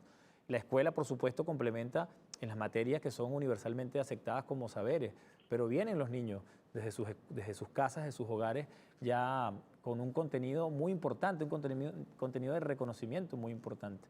Entonces, claro, es un gran desafío para que la visión robinsoniana que abrazamos desde el comienzo de la revolución como una de las raíces constitutivas de nuestro pensamiento y nuestro modelo social se ponga en práctica. Y es que más aprende un niño quizá arreglando su ropa, puede aprender mucho más de lógica, de matemática, puede aprender mucho más de lo que significa ser un ciudadano y participar que quizás en las abstracciones de los libros. Aquí se puede combinar extraordinariamente y para eso somos una revolución, dos formas de aprendizaje, de enseñanza y de producción de conocimiento, y creo que el pueblo venezolano está ávido de poner una experiencia que además pueda cambiar no solo para la coyuntura, sino que le pueda aportar a la escuela formal nuevas maneras de enseñanza, nuevas maneras de conocimiento.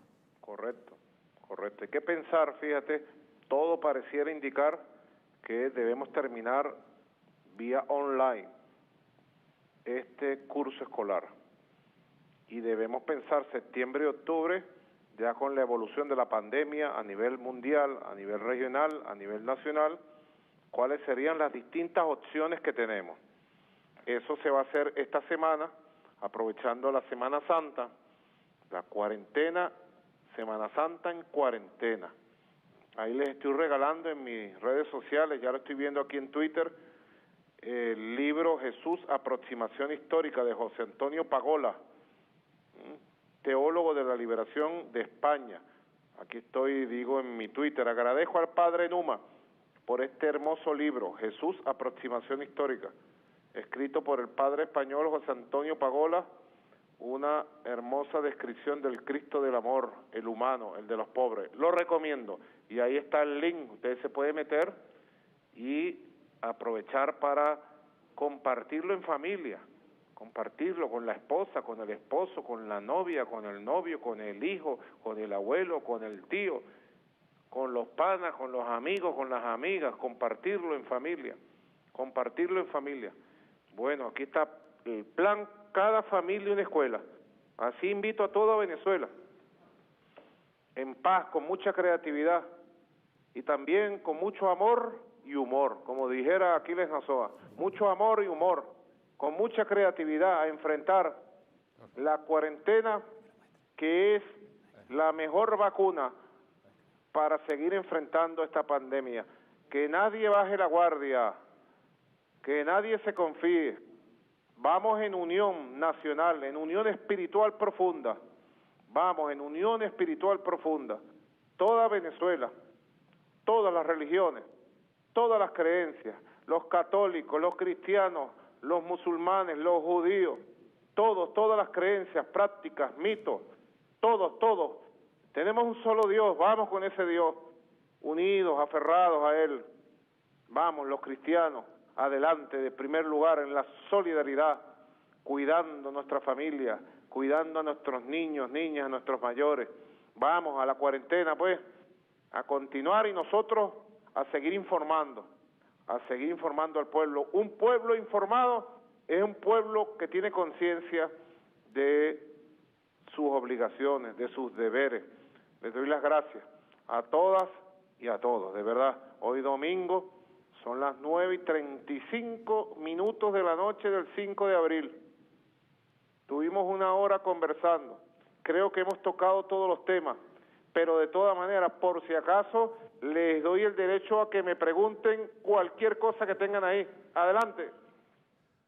No, presidente, evidentemente hay muchas preguntas, muchas interrogantes que se hace la gente pues. y que uno necesariamente se hace en estos temas. Sácala, pues. Usted ha iniciado este tema con la parte educativa, ¿no? Pero evidentemente existen preguntas sobre el tema de la producción, el sector trabajo, cómo se va a seguir, qué escenarios. Era una pregunta que teníamos para el ministro Jorge Rodríguez, ¿no? Después de este análisis científico que él hace de cómo se vislumbra, cómo se están planificando los escenarios en materia de producción. Te la contesto. No hay contradicción entre cuarentena y producción. Es mi respuesta. Creo que no hay contradicción. Y lo estamos demostrando. Ahí me debe estar escuchando Tarek, vicepresidente de Economía, la vicepresidenta Delcy Rodríguez. A todo el equipo les digo, ¿no? Venezuela puede continuar con sus procesos productivos priorizados de los 2.100 consejos productivos de trabajadores, los CPT, produciendo la tierra, produciendo la agroindustria, produciendo. No hay contradicción. lo hemos demostrado. Estamos en prácticamente a 0 casos en las unidades productivas que están trabajando, en 0 casos. Ahora, sí te digo que, por ejemplo, todo el aparato educativo, todo el aparato administrativo, burocrático a nivel nacional, son más de 4.500.000 trabajadores, todo ese aparato sí estará en cuarentena por otro tiempo más largo, por ejemplo, y ahí iremos informando paso a paso todas las áreas priorizadas que se mantienen trabajando y el resto de áreas que se mantienen en cuarentena. ¿Más preguntas? No, presidente, solo una reflexión. Bueno, pudiera hacer una pregunta. Cuando usted se planteó en el 2016 este sistema Patria, lo planteaba para generar un sistema de subsidios directos que evitara la burocracia, que evitara la corrupción, que evitara los retrasos. Hoy que usted ve que esta es una de las herramientas pioneras en el mundo para generar una salud preventiva y también para diagnosticar remotamente, ¿hacia dónde nos puede llevar aún más este sistema Patria? Bueno, el carnet de la patria se tiene que convertir, como yo lo pensé desde el primer día, en un sistema de protección de salud de todos los venezolanos. Todos los venezolanos deben tener su archivo de salud. ¿Cómo es que lo llaman ustedes, Jorge? Su historia médica. Su historia médica ahí. Oído, vicepresidente ejecutivo. Oído, Carlos Alvarado. Oído, atención, barrio adentro. Ahí debemos tener nuestro expediente médico para nosotros atender integralmente. Nosotros ya tenemos, fíjate, han contestado la encuesta más de 17.200.000 venezolanos. Ya nosotros tenemos ahí el cuadro completo de quien padece diabetes, hipertensión, asma, etcétera, etcétera, etcétera, etcétera, cáncer, dónde están, quiénes son, para nosotros poder atenderlo médicamente, con los médicos, atenderlo con las medicinas y con todo lo que es la atención integral de salud.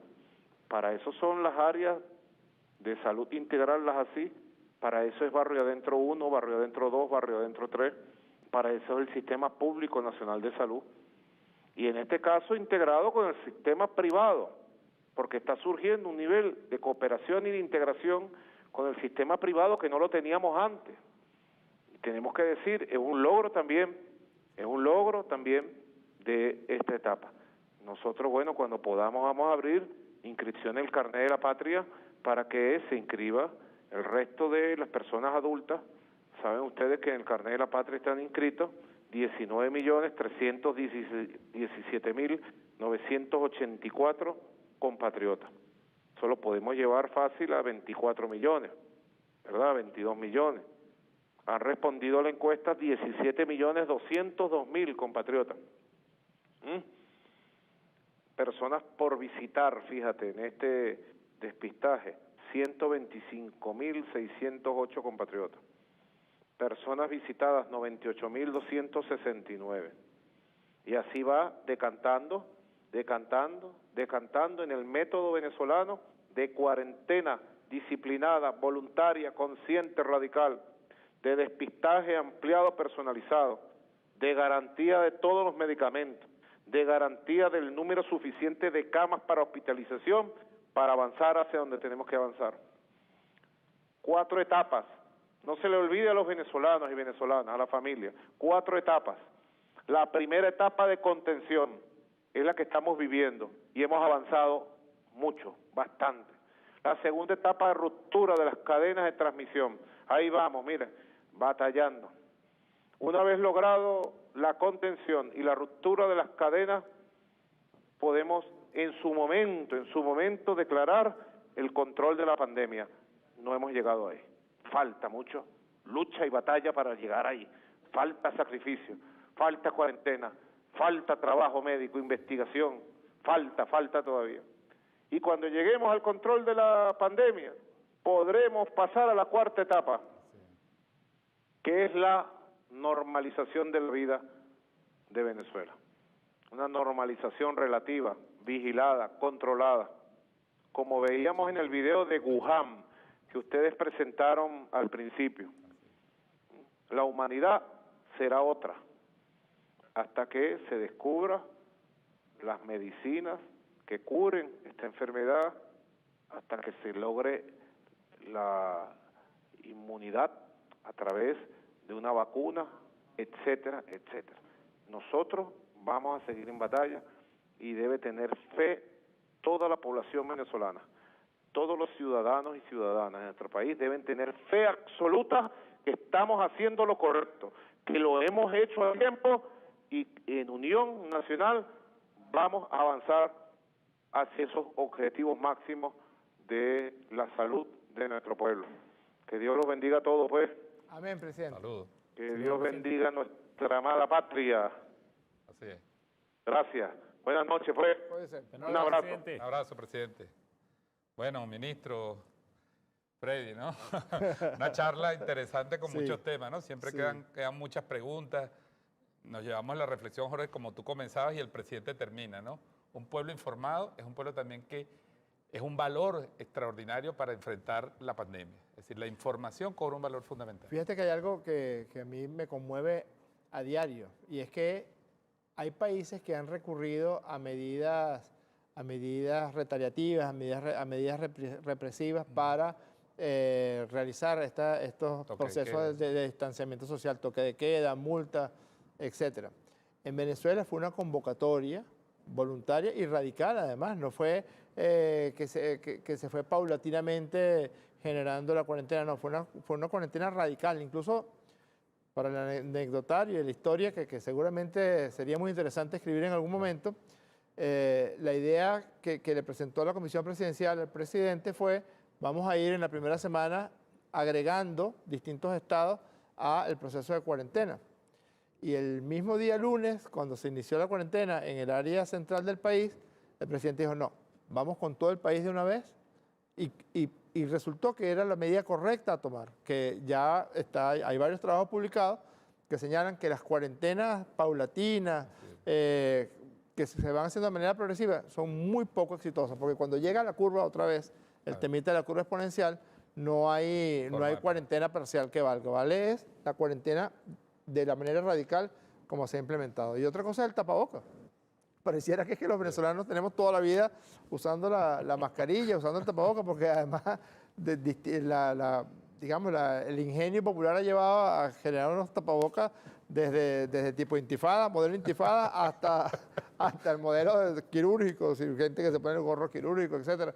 Pero es casi el 100% el cumplimiento del tapabocas, y es un llamado también que se le hace a la población. Realmente protege. Habían algunas dudas que si el tapaboca solamente para los pacientes que fueran portadores del COVID-19, no, ahorita está cada vez más, es más claro que es un verdadero mecanismo de protección al que está negativo, y también de protección por parte de quien tiene la enfermedad, que debería estar aislado, no debería estar en modo alguno en la calle. Es decir, vamos avanzando en este proceso donde se hace un seguimiento caso por caso. Fíjense que el presidente de la República dice: hay 4 casos, me preocupa el carácter comunitario de esos casos, sabe de quién están hablando, dónde está, dónde trabaja, en qué hotel contactó probablemente a una persona que resultó el primer caso diagnosticado en el estado de Nueva Esparta. Así es con todos los casos. Es decir, el presidente Maduro recibe diariamente el historial de cada uno y conoce al dedillo el historial de cada uno de los 159 casos que están hasta este momento Habría que diagnosticados. preguntarse qué otra parte se llevó control a ese nivel. Así es. No, Como es que reflexión. fíjate, el presidente decía que ingresaron 1.652 hermanos venezolanos que venían perseguidos por la xenofobia, perseguidos por el odio, perseguidos por el maltrato, y apenas llegaron aquí encontraron primero a un personal debidamente capacitado y además debidamente con todo el acondicionamiento para poder atender a estas hermanas y a estos hermanos. Y ya hoy se le realizaron las pruebas, las llamadas pruebas rápidas, que son pruebas en sangre, a los 1.652 hermanos que ingresaron entre ayer y hoy. Ministro, ¿y cuánta publicidad tuvieron todos estos compatriotas cuando salían en éxodo, además un éxodo estimulado, y hoy no vemos ni siquiera un titular? Además hay algo mostrando que eso, ¿no? yo lo comentaba con el presidente ayer. El presidente siempre ha señalado con esa propaganda brutal a la que se metió Venezuela, ¿te acuerdas? En el año 16, 17, 18. Me diría demasiado. La diáspora, el éxodo. Y el presidente una vez preguntó en una reunión, y nos pusimos a sacar esos números, y es imposible, ¿en cuántos autobuses se necesitan para llevar a todos esos millones de venezolanos a Ecuador, a Perú, a Colombia? ¿Dónde están esos autobuses? No existe Bueno, la cantidad. ayer había una caravana en Cúcuta que trasladó a 1.200 personas y la fila de autobuses se perdía en el horizonte. ¿Te imaginas? La fila de autobuses para trasladar, no digo yo 1 millón, yo digo 10.000 personas. Así es. Sí, Jorge, y hoy veíamos también imágenes como, yo le hacía referencia al presidente, ¿no? En la frontera entre Colombia y Ecuador, que no solo Así el problema lo tenemos, hay venezolanos atrapados en las fronteras entre Chile y Perú, entre Perú y Ecuador, entre Ecuador y Colombia, y lamentablemente no hay una respuesta ni diplomática, ni política, ni humanitaria. Y bueno, tenemos que hacer esa alerta incluyendo a las organizaciones de Naciones Sí, Unidas. y, ¿no? ahí tiene que actuar Naciones Unidas, porque ya se ha iniciado el canibalismo entre aquellos gobiernos que hacen del egoísmo su norte y su razón de ser. La frontera de Ecuador, Colombia cerró su frontera con Ecuador para evitar que la situación de Ecuador, digamos, afectara a la situación en Colombia. Perú militarizó la frontera. Así es, Donald Trump prohibió que la empresa 3M le vendiera mascarillas a Canadá. Canadá está amenazando entonces ahora con una serie de retaliaciones a lo de Donald Trump. Hay hechos, están en las redes, están en los medios de comunicación de robos. Vamos a ver esos de gobiernos que se van robando, creo que se van ya lo robando he las visto, sí. mascarillas, Esos se van titulares los robando los tenemos. respiradores. Los tenemos como para leer la Los historia. únicos países que están demostrando su sentido de la solidaridad son precisamente China, Rusia, Cuba y en medio del más espantoso bloqueo y agresión, Venezuela, que además a aquel que ha promovido las peores acciones de violencia contra la misma persona del presidente de la República se le dice, mire, yo no te voy a insultar, aquí están estas máquinas que van a salvar miles de vidas.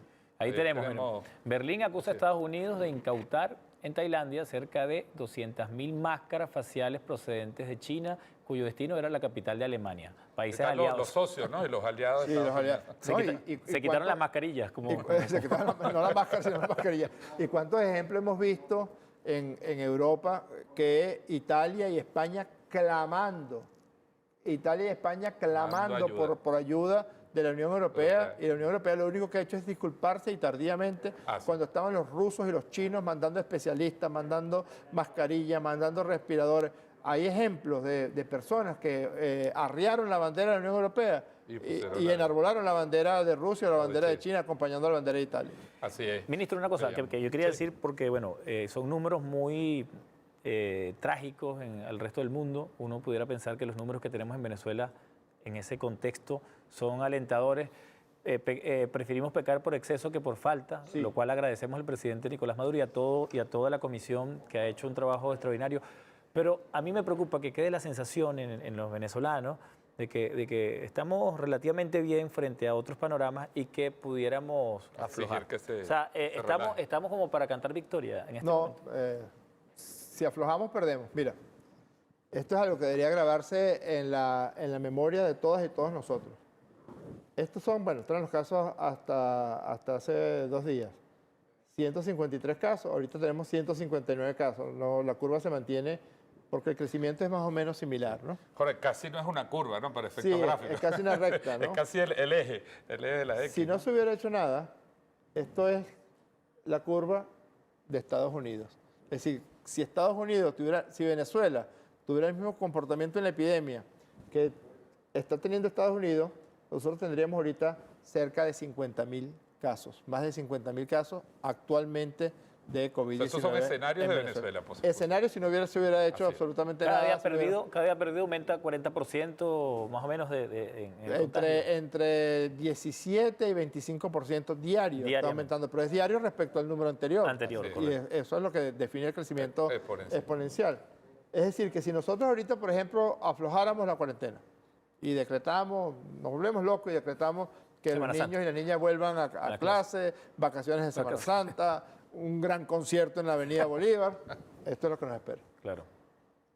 Esto sería la consecuencia directa. Es decir, todo el esfuerzo, sobre todo el esfuerzo del pueblo de Venezuela, el esfuerzo del gobierno revolucionario del presidente Maduro, pues se perdería en cuestión de horas. Así que es muy importante que la gente respete esta cuarentena, porque dígase lo que se diga, incluso oculten lo que traten de ocultar, es absolutamente incontrastable que esta es la realidad. Así es.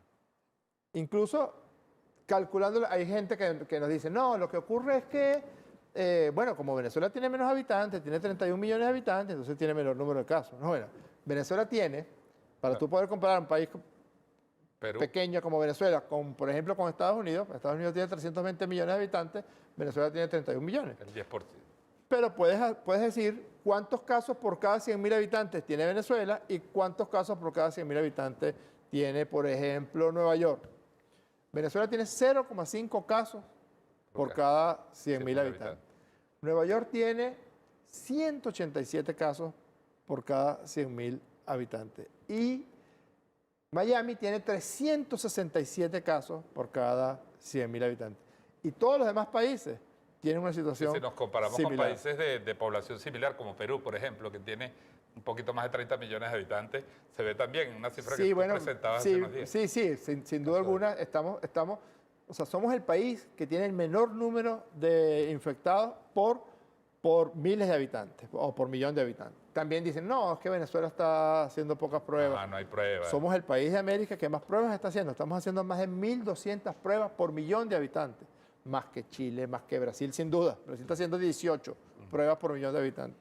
Más que Colombia, más que Perú, sin duda alguna, más que todos los países de Centroamérica, más que Canadá. O sea, estamos haciendo más pruebas por millón de habitantes que cualquier otro país distinto a Estados Unidos y estamos muy cerca de las pruebas por millón de habitantes que está haciendo Estados Unidos. Y hablando del panorama político y con esta perspectiva, a mí me resulta interesante que 20 años que tenemos nosotros de revolución, sin duda es como el periodo de la repolitización del venezolano. Yo creo que el venezolano nunca había estado tan metido en la diatriba política, en la militancia política y en el conflicto político como en estos 20 años. Sin embargo, aparece una pandemia, el presidente pone de un lado el tono militante, el tono incluso revolucionario y convoca a todo el país. Y se sienta con todo el mundo y todo el país parece como en un gran consenso. En otros países donde se supone había consenso y equilibrio de poderes, alcaldes se le revelan al presidente, gobernadores al presidente. Y yo creo que hay que reconocer al pueblo venezolano en ese sentido, porque hoy día se reconoce que una política de Estado, solo una política de Estado, puede salvar a una población que está por igual amenazada. Es que no hay otra manera. Incluso los que han tratado de pescar en Río Revuelto, hace 2 días empezaron en las redes, estos heraldos negros empiezan a decir, señor cayó en la avenida Fuerza Armada, claro, tratando de tirarse un falso positivo respecto a las imágenes espantosas que veíamos en Guayaquil. Bueno, un señor que lamentablemente falleció de un infarto agudo del miocardio en la avenida Fuerzas Armadas y rápidamente los mismos médicos, que en modo alguno son personas que pueden atribuirse a que son chavistas, señalaron, no, ese señor murió de un infarto, etc. Igual una fotografía que intentaron hacer circular ayer de un señor lanzado en la avenida Andrés Bello con un tapaboca.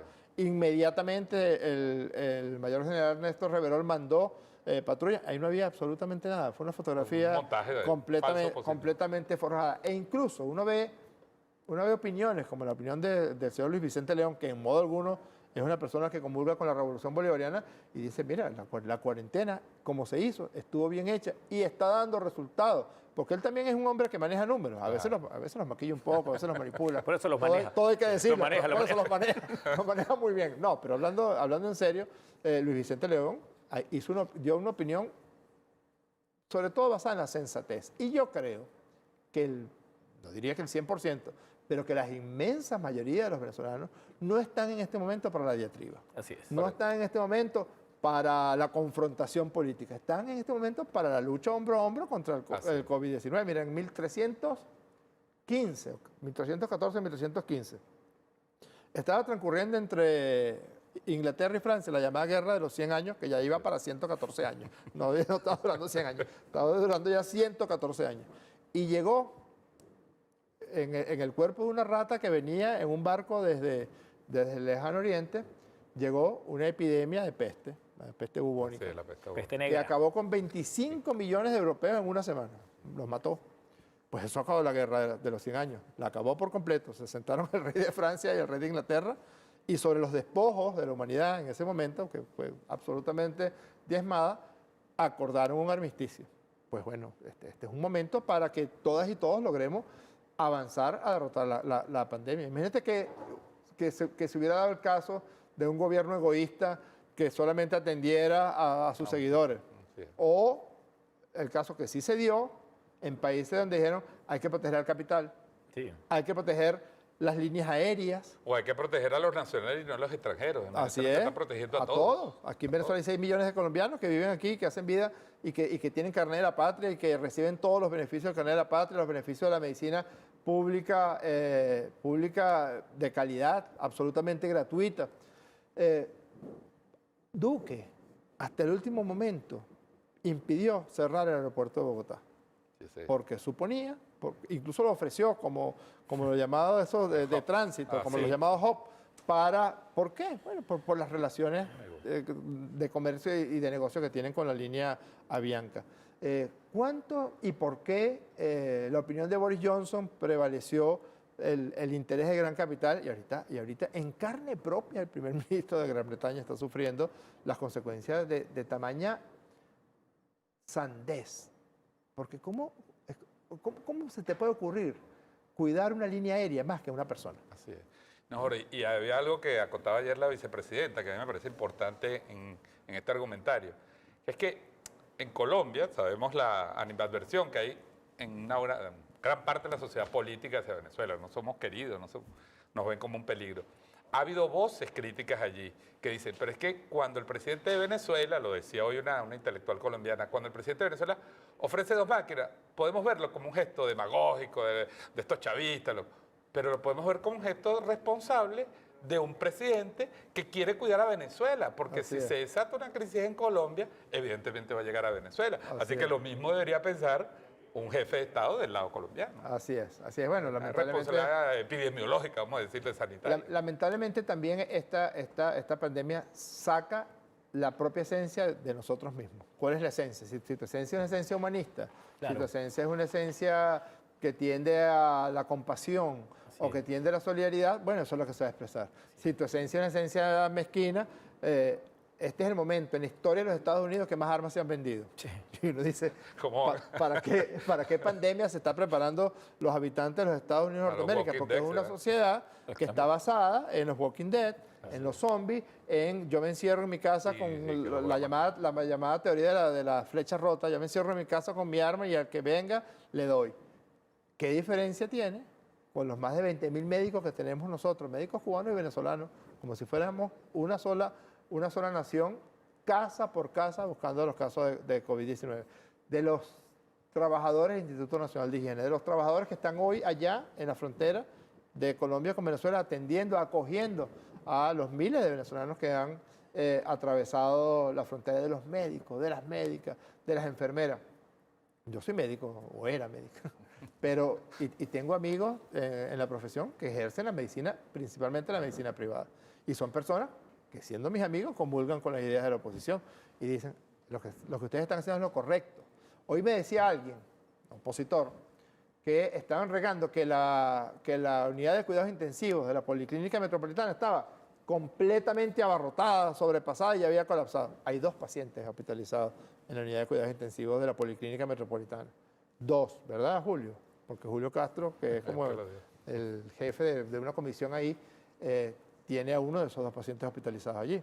Y en modo alguno está colapsada ninguna unidad de cuidados intensivos de ninguna clínica de Venezuela, ni de ningún hospital. Pero Jorge, no es porque tú lo digas, es que como te preguntaba al principio, no se puede ocultar. No lo puedes ocultar. No se puede ocultar los casos, ni los muertes, ni el colapso del sistema público, lo que está pasando en otros Y países. yo, no se puede yo quiero ocultar. seguir siendo afirmativo en estas cosas que para mí son fenómenos. Usted no piensa terminar ese cineforo nunca. Pasa que No, nosotros vamos a terminar. estamos en cuarentena, estamos en cuarentena El laboral. documental, Como el presidente el dijo, documental duró 30 minutos y ya nosotros... Pasa que vivimos aquí en cuarentena laboral, así que... Pero para cerrar esto... Ya noto que Freddy está un poco aburrido, ¿no? Que, Lo que quería decir es lo siguiente, los medios de comunicación. Yo tengo que reconocer que los medios de comunicación privados en esta coyuntura se han comportado a la altura de la Así es. responsabilidad Así es. que tiene que tener un medio de comunicación. pegándose a los comunicados oficiales de la Comisión, del presidente de la República, manejando las cifras oficiales. ¿Qué diferencia cuando estamos apostando todos al bien común y cuando el pánico no se convierte como en la mercancía que nos va a dar a nosotros mayor o menor audiencia? Mi reconocimiento para los colegas de la comunicación y usted como ministro, felicitarlo por la campaña que se desplegó en todos los medios también, en todas las plataformas. No hay nadie que no sepa por qué hay que lavarse las manos y cuánto tiempo tenemos que lavarnos las manos y todas las medidas pues, de higiene pues, que se han tomado para que los números hoy sean los más alentadores y los más favorables. Bueno, vamos a darle entonces la palabra para que cierre al ministro Jorge Rodríguez, porque seguramente mañana y en los próximos días vamos a continuar este debate y esta programación especial que ha diseñado el Ministerio de Comunicación y Venezolana de Televisión para seguir informando. Y sabes que me gustó mucho el formato, los felicito a ustedes también por este formato de colocar algún segmento de un documental o una película y luego poderlo comentar, porque además a veces reflejan de manera pasmosa como elementos de premonición de lo que ustedes presentaron el día de ayer. Ese documental de Wuhan es oro en polvo porque es la esencia de por qué estamos haciendo lo que estamos haciendo. Yo solamente quiero terminar, como trato de terminar todas las veces que me toca conversar con el pueblo de Venezuela, es no aflojen la cuarentena. No aflojen la cuarentena. Ahí está la clave de la victoria. Y no hemos ganado la batalla todavía. No la hemos ganado. Estamos luchando. Estamos en pleno combate en este momento.